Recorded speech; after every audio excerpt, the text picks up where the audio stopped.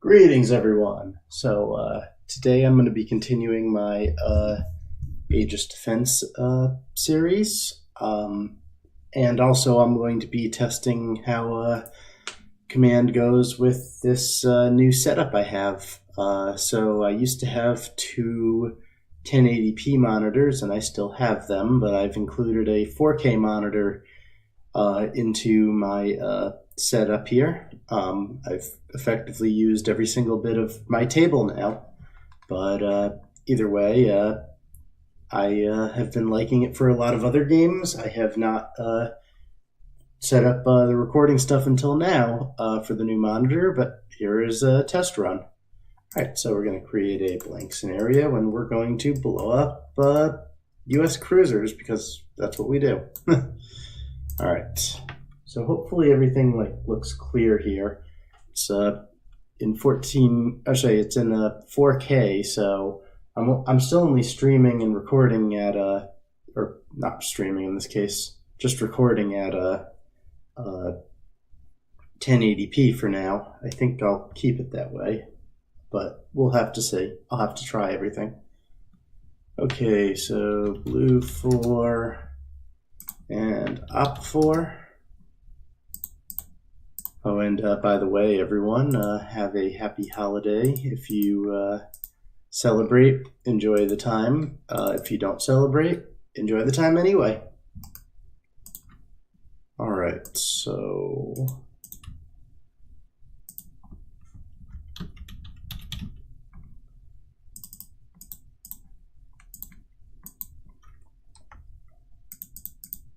got our baseline here as always. And today we are going to finish up, I guess, unless I'm aware of any, or unless I'm made aware of any others. We are going to finish up with the kitchen missile. The kitchen missile is a pretty nasty, supersonic, huge missile that a strategic bomber could only carry 2 of, and I believe that was at the expense of range. It would carry 1 and have better range, basically. So yeah, that's a pretty huge missile. So I have 2 plans for this. One would be to see how the US would fare if it was shot at them, and then also to look at the Cold War flotilla that I already had a pre-save for. Right, so we've got our Bunker Hill, Ticonderoga, VLS, and we've got Op 4 is going to be, I think I'm going to do 12 backfire bombers.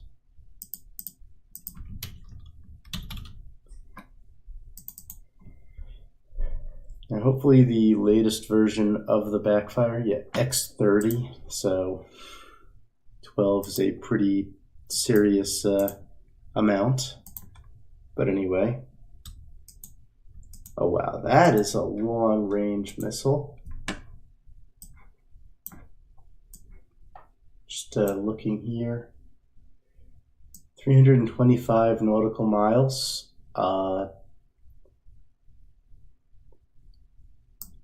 80 nautical mile weapon seeker, and we were talking about it being a huge missile. That is correct, although a lot of it's fuel. But it flies very high, and it goes extremely fast. Mach 5 at higher altitudes is no joke. So this is going to blitz straight towards our ship, and we'll have to see. It's 4, 5, 6, 7, 8, 9, 10, 11, 12. We'll have to see how it does. Now, one thing to keep in mind is that the backfire itself cannot spot a ship at that range, let alone identify it. So we're going to cheat as always.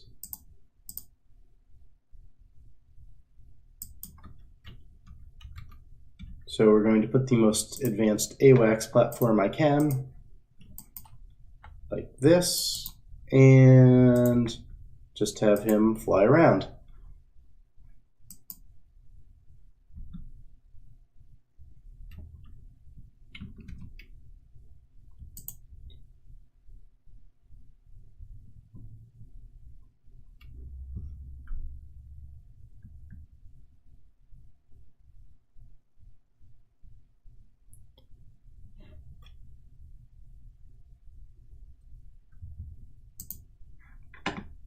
Now, I guess we would fire everything at this ship. So my concern is that the ESSM cannot engage these missiles until they are danger close due to how high they fly, which is going to probably saturate the ship's anti-missile defense when they get really close.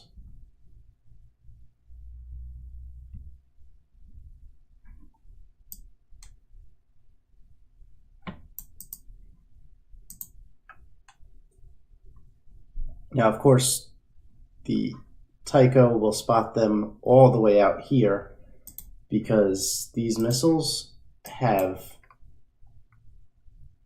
a huge visual detection range, and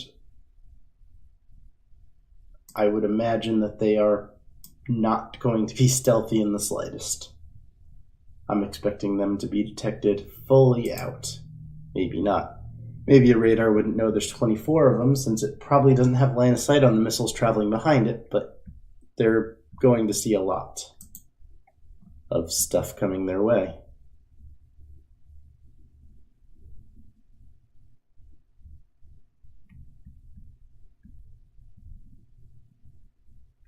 Now here goes the missiles.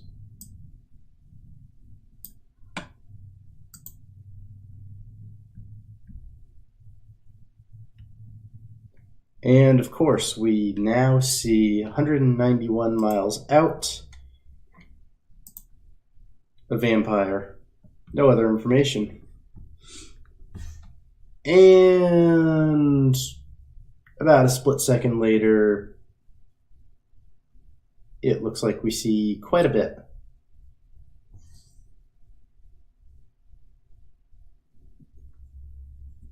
And I believe their radars have turned on and are being jammed. Now that would be interesting if the radars actually were decoyed. Now, I wouldn't put much faith in decoys working like that. It's kind of unlikely, but to just stop all these missiles, we can already see one of these missiles is off course.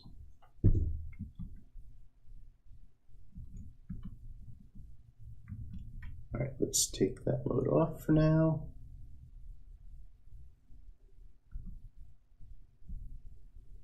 I believe that should be all of them detected now. Yeah.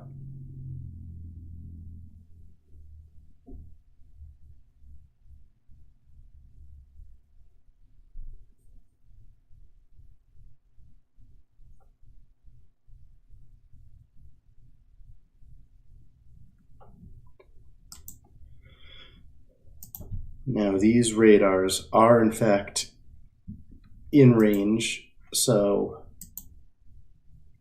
they should see the bunker hill or whatever amount of decoys that a ship of this size could generate.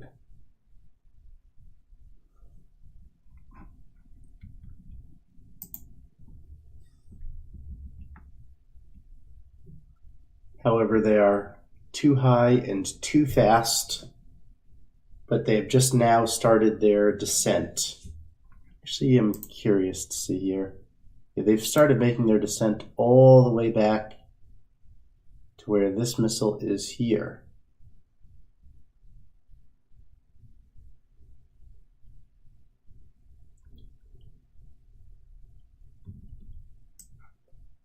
They're making their descent 80 damn miles out. Holy cow. But,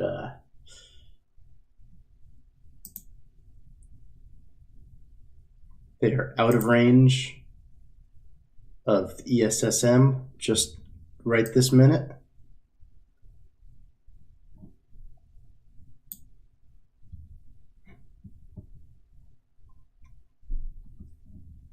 But we should see ESMs fired as soon as they're finished with their descent. I believe, given their speed, I would imagine that ESSMs could be shot now to engage them, knowing full well that they're on their way down.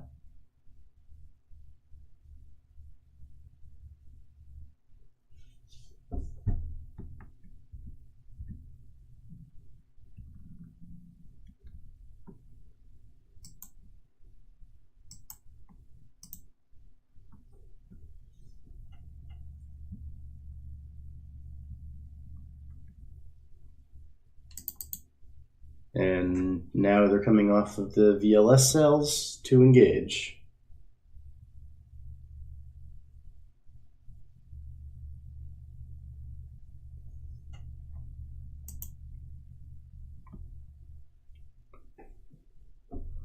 Given that they're able to intercept them at this distance, I don't think these missiles would have much of a high chance at all.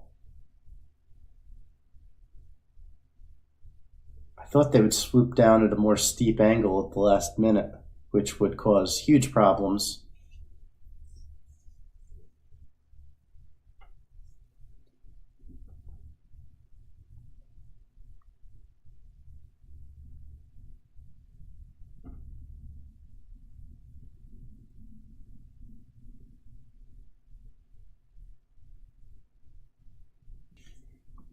Attempting retargeting.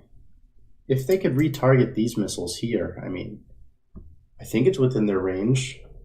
Not at the time the missiles were shot, but afterwards. Yeah, they were able to retarget. Huh.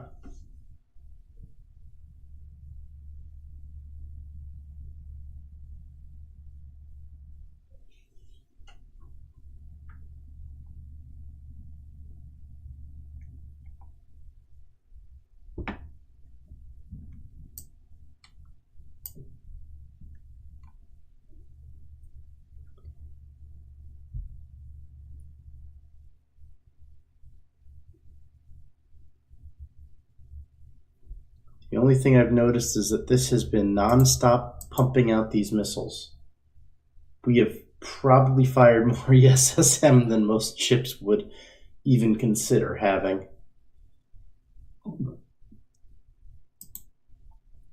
All to stop these 24 missiles.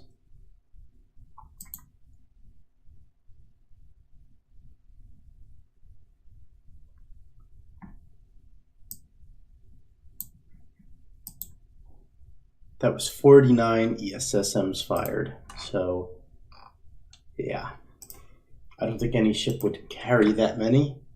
Of course, they would probably carry a few SM2s and SM6s here. Alright, so we're going to get rid of those backfires, and we're going to make another backfire formation.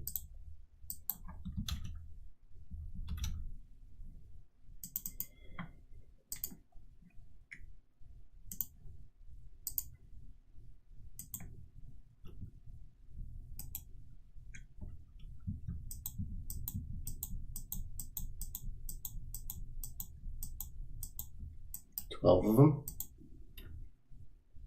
And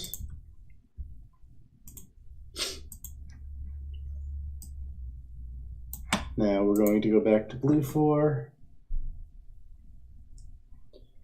So I think it's safe to say that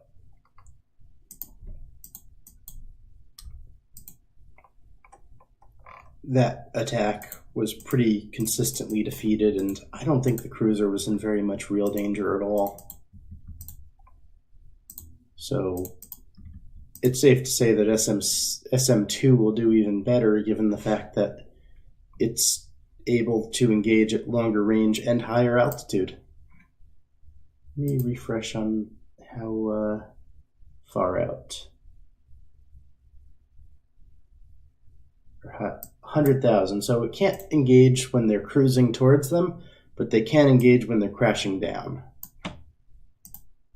Also, the backup IR seeker would be good if there was a case of radar lock. That being said, I don't see it because they do not have defensive countermeasures on the missile. So I think that radar guidance alone is plenty fine. Okay, so we've got our 24.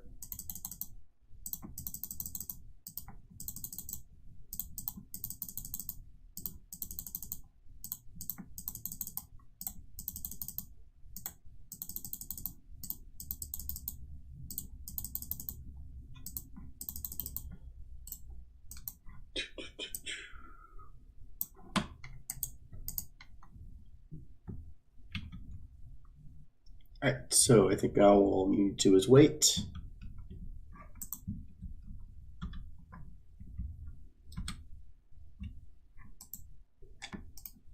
The missiles have been detected. So we would see engagements happen around this line here.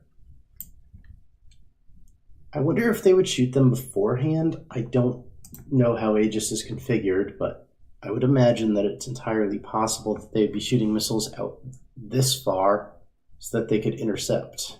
Anyway, speed this up so we see what happens.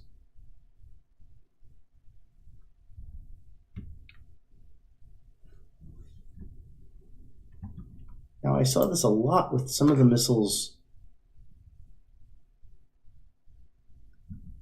going off in any direction, but they seem to correct themselves, so I guess when the radar burns through, they get their act together pretty quick. All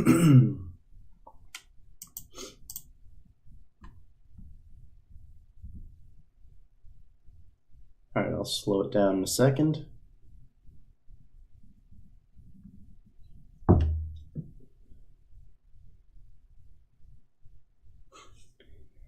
Here I was thinking, wait, I thought I slowed it down. What's going on? Oh yeah, they're going at 2,900 knots. Any second now, they should be shooting, but they haven't been. That's odd.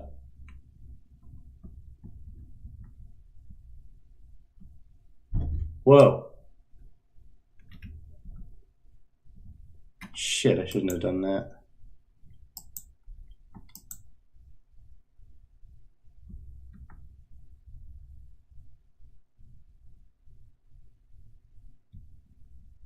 I'm going to redo that test because I just botched it.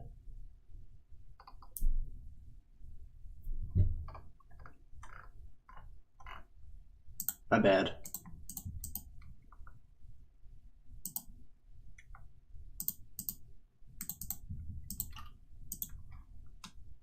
We are going to keep in mind how many. So 24 SM2s actually took out, but how? There are more left. Ah, whatever.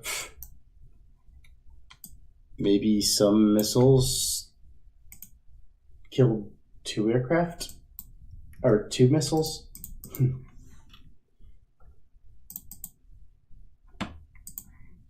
That's the definition of killing 2 birds with 1 stone there.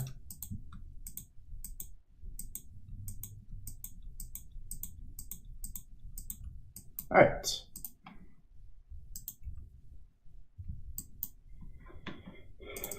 So we'll set this up again, and I will not mess with it. I will analyze instead. I thought I encountered a glitch, which is why I sped it up.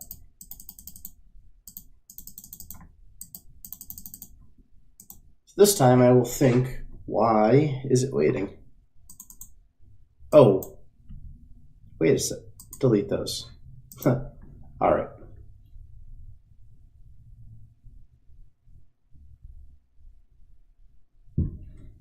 Wait, this group only has 22 kitchens. 1 more.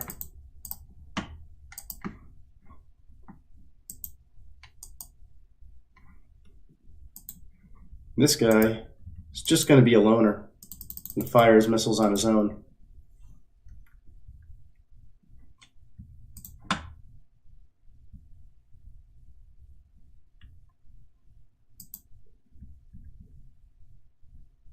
All right, all missiles have been fired, and the Tycho will be detecting them any second.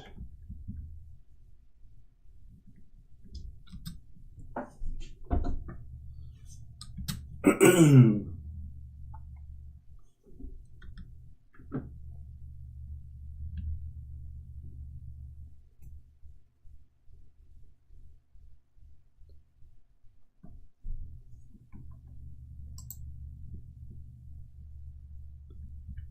going to speed up till about here, and then I'm going to go back to 1x.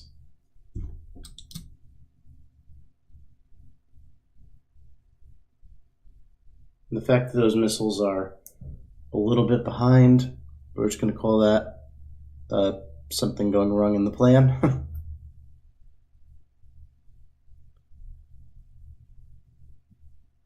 But I am mainly concerned with how and why does interception happen so close. So if we look at these missiles, they are coming in 2,900 knots.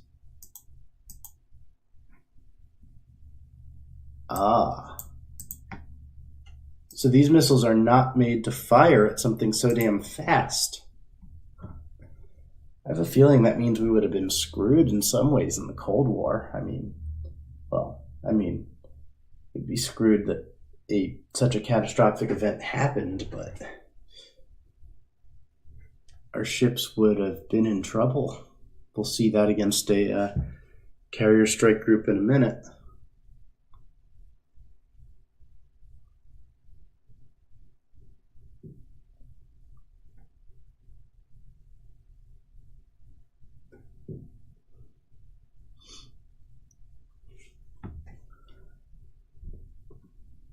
These missiles are going too fast to engage.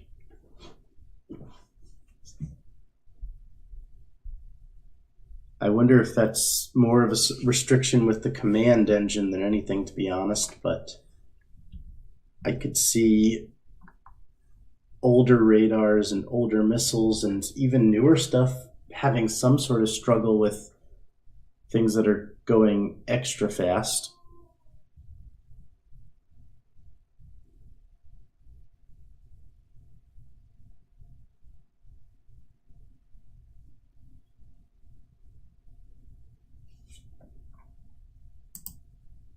Once they go down into the thick air, they cannot sustain 2,900 knots.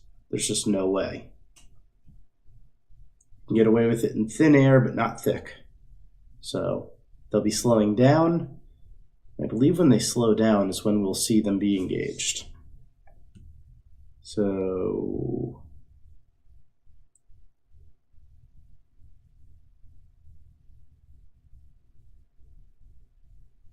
2,300 knots, and they're off.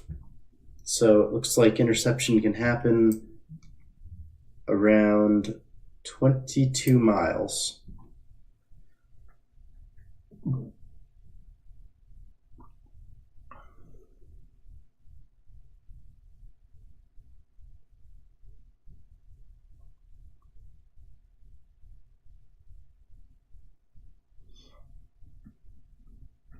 That might have been why the ESSM was able to shoot at max range when I thought that the ESSM would not be able to.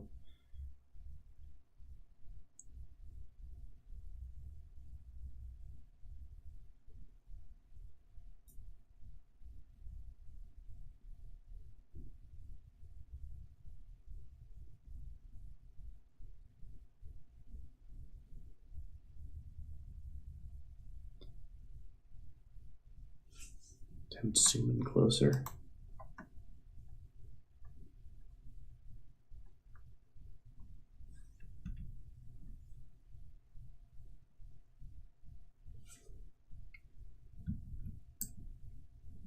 Missiles are getting close. Really close.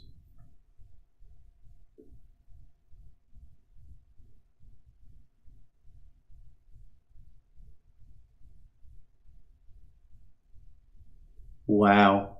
Phalanx just saved this. Wow. That has to be half a mile. 0.79 miles. Whew, that's close. So I can't help but wonder. I have no doubt that Sea-Wiz could shoot down a missile, but that big of a missile may not function anymore, but how on earth is that missile going to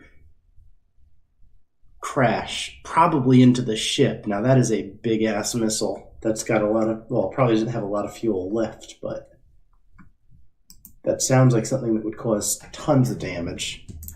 All right. And now we will do the last one, the SM-6, and I think we could just conclude right now that the SM-6 will shoot them all down very far away, and we can go home now. We'll prove it first, at least in game. In real life, who the hell knows? I mean, I would assume the SM-6 is made for that purpose, but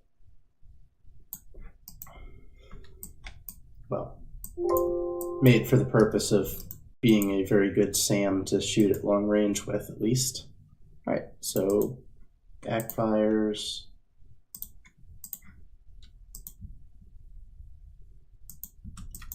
Four, 5, 6, 7, 8, 9, 10, 11, 12. And 1, 2. Apparently I made 14 there. Not that I think that it would be a problem, but let's keep the test consistent.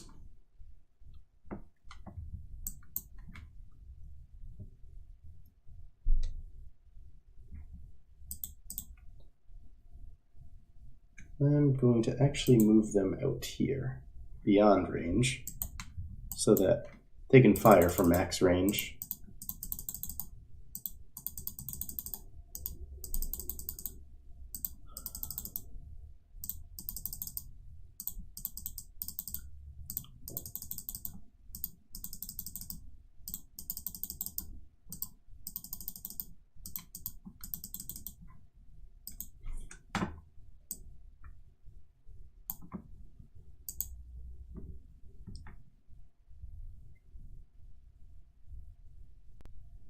And now they're going to see the missiles coming in. And very soon we will see engagement happen, I have no doubt.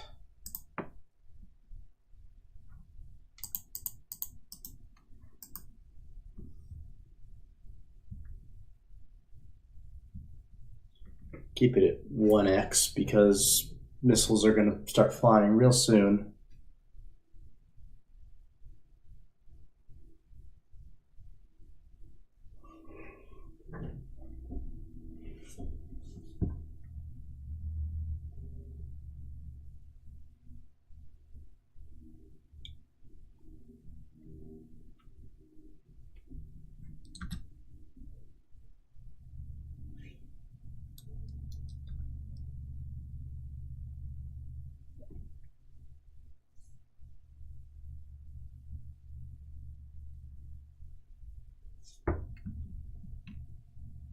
So I guess someone got over eager and someone wanted to wait, but they're all off.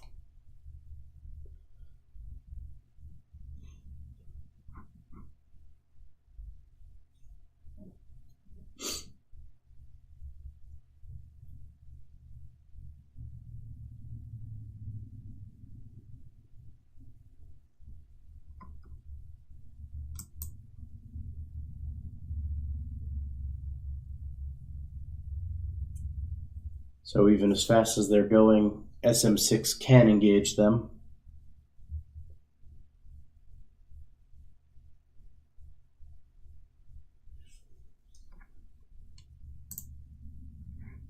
I'm surprised they haven't fired yet. And that must be because of the fact they can only target things that are going 115,000 feet. Well, either way, they cannot attack from... Actually, they cannot blow up the ship from 130,000 feet up, so they do have to come down. We saw that they descended about 80 nautical miles, so that will be when they get engaged. It won't change very much of anything.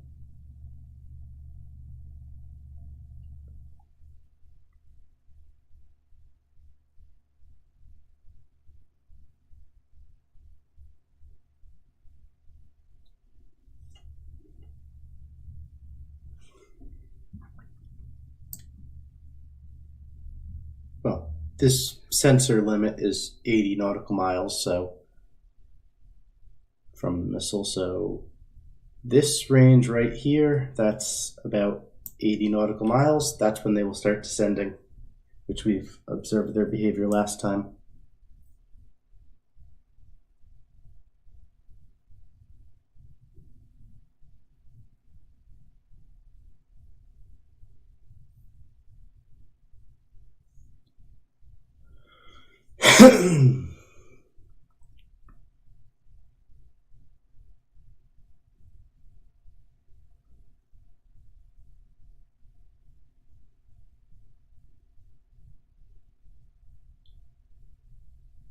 Missiles descending.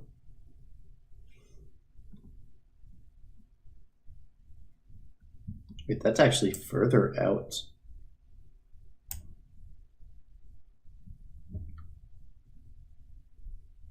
Well, either way, this missile's about to be engaged.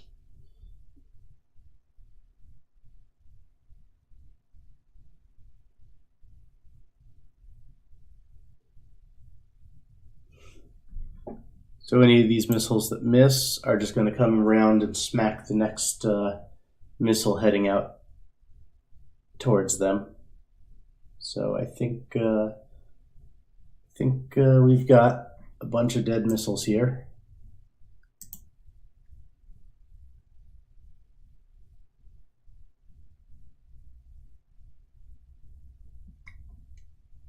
But I can't help but feel it's firing way too many missiles at these.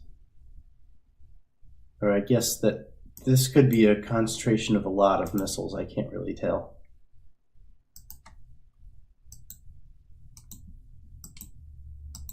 It's that this trail of missiles is firing one every second, so that's probably why.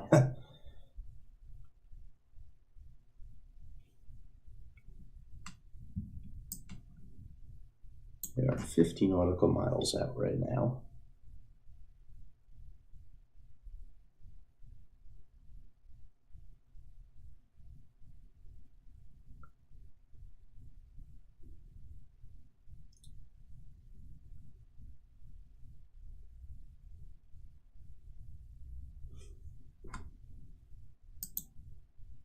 This group could be engaged now, and that group. But we've seen before that it seemed they can only fire so many at a time. I guess there's some sort of control that the ship has on the missiles that they don't have one for every single VLS cell. But I wonder if these missiles could be told, if they miss this encounter here, to then just turn and target another. Now, at least my understanding of how these missiles work from DCS world, missiles have a quick burn time, and then when their burn time is done, they're no longer under power, they're just going off of momentum. Now, of course, that's just a simulator game, just like this is a game, but I do believe that is how missiles do operate, so...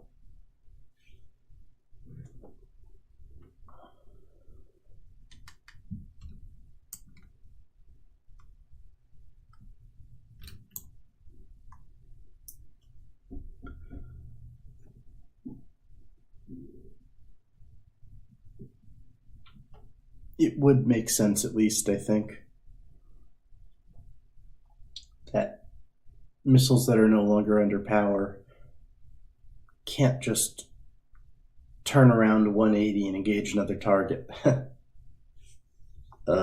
This would make taxpayers very unhappy. That much excess there. That's 3, 4, 5, 6, 7, 8, 9. Like a dozen missiles. Ouch. Then again, paying to replace a Tycho, and yeah, they probably don't want to do that either. I guess it's just a fact that war costs a ton of money. Yeah, that's 13. That's 13 missiles spare there. Oof. Well, either way, let's take a look. Took 42 SM6s to shoot down 24. Oh, that was brutal. That was expensive. All right. So the next up will be a kitchen attack on a carrier group, and maybe even a kitchen attack on that scenario against a carrier group, along with the shipwreck attack from the Kirov and the Slava class cruiser. See if we could do a combined attack and actually take out that carrier. So if you remember last time, if the carrier had early warning up, the Tomcats were able to take care of pretty much all of the cruise missiles, and whatever was left over was shot down pretty easy. So we want to see if the kitchens could blitz the carrier group if they catch the carrier by surprise, and we'd also want to see if they could be an asset that would tip the balance if there wasn't a surprise in the favor of that Soviet task force. All right, if you like this video, like, comment, subscribe, and I will see you guys next time.